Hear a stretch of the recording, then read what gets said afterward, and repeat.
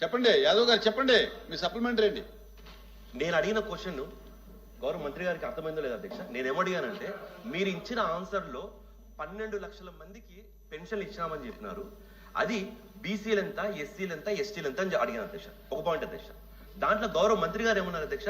ఒక 3 క్యాస్ట్ల పేర్లు చెప్పి వీళ్ళకి ఇస్తున్నాము అన్నారు. కానీ ఇదే డౌట్ ఆంధ్రజ్యోతి రాధాకృష్ణ గారు కూడా వచ్చింది అధ్యక్ష. ఇంటర్వ్యూలో నారా చంద్రబాబు నాయుడు గారు ఇంటర్వ్యూ చేసినప్పుడు అధ్యక్ష ఇదే క్వశ్చన్ అడిగారు. అంటే నేను వెల్త్ క్రియేట్ చేసి ఇస్తాను అధ్యక్ష. అంటే ఈ 12 లక్షల మందికి దీంట్లో బీసీలు 50 ఏళ్ళు దాటిన వాళ్ళకి అందరికి ఇస్తారా, లేదా ఇదే లిమిటెడ్ గా పెట్టుకొని ఏ ప్రాతిపదికన ఇస్తారనేది మెయిన్ క్వశ్చన్ అధ్యక్ష. దాంతో పాటు ఆంధ్రప్రదేశ్ లో ఉన్న బీసీ, ఎస్టీ మైనార్టీలు అందరికి ఇస్తారా, లేదా దీంతోనే క్లోజ్ చేస్తారా?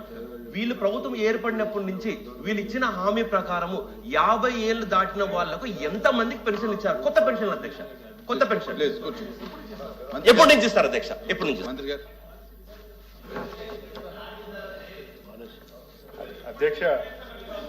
అధ్యక్ష వాళ్ళకి 2000 నుంచి 3000 చేయడానికి 4 సంవత్సరాలు 5 సంవత్సరాలు పట్టింది అధ్యక్ష.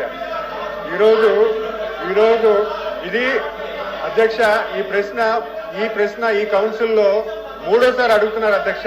సో ఖచ్చితంగా ప్రభుత్వం ఏవైతే మాట చెప్పిందో చూతా తప్పకుండా తల్లికి వందనం పథకం అవ్వచ్చు కానీ, అన్నదాత సుఖీభావ అవ్వచ్చు కానీ, పెన్షన్ పెంపు అవ్వచ్చు కానీ, దీపం 2 పథకం కానీ అన్ని కూడా ఏదైతే మాట ఇచ్చామో చూచా తప్పకుండా డేట్ ఇచ్చి మరి అనౌన్స్ చేయడం జరుగుతుంది. సో ఖచ్చితంగా మేము ఇవ్వడానికి మేము ఉన్నాము.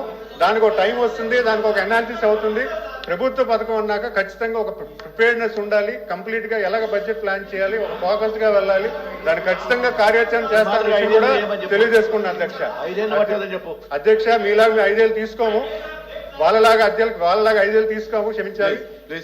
ఖచ్చితంగా మీ ద్వారా తెలియజేస్తున్నాను. ప్లీజ్ కూర్చోండి. క్వశ్చన్ నెంబర్ 13994 కొల్లు రవీంద్ర గారు.